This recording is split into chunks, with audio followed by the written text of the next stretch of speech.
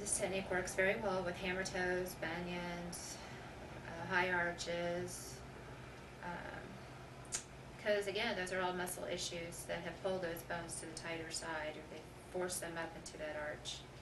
So those are definitely things I can take care of. Scoliosis is really caused by the muscles pulling the bones to the tighter side.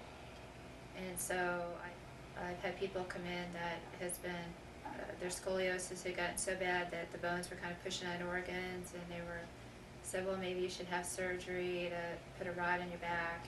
And what I've done is we've treated them by giving them isometrics to tighten the weaker side and to loosen the tighter side, and it pulls those bones back over where they belong just through the muscles, by the use of the muscles. For a really long time, it's a little bit more difficult because it's a muscle memory issue and you're really retraining the muscles. And if the person is very good at doing homework to be able to help that issue, they will definitely feel better.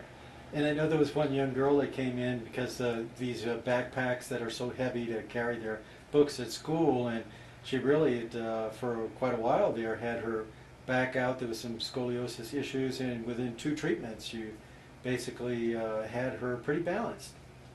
Well, I treated her once, and I taught her mother how to straighten the spine only by working on the muscles.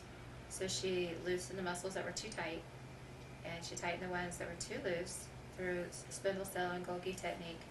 And then I gave the daughter some isometrics to do for the weaker side, and they were very faithful at doing that. And so her spine went straight.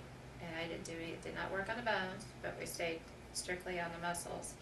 And her mother was very impressed. So she came like 3 months later, 2 months, maybe it was 2 months later, and after them been working on it, and it was perfect. She's very happy. Those backpacks for school are definitely way too heavy. And I know recently, not that long ago, you had a 19-year-old who had cerebral palsy and had that condition, going to have treatment for all of that period of time. And do you remember what happened after the first treatment? Well, after the first treatment, she was able to help her mother take her shirt off and her bra off, her clothes off, and that was something she hadn't been able to do in the 19 years that, for her age.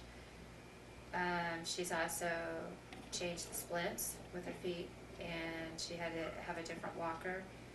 And her back is straight. She's a lot stronger, and her parents are very happy.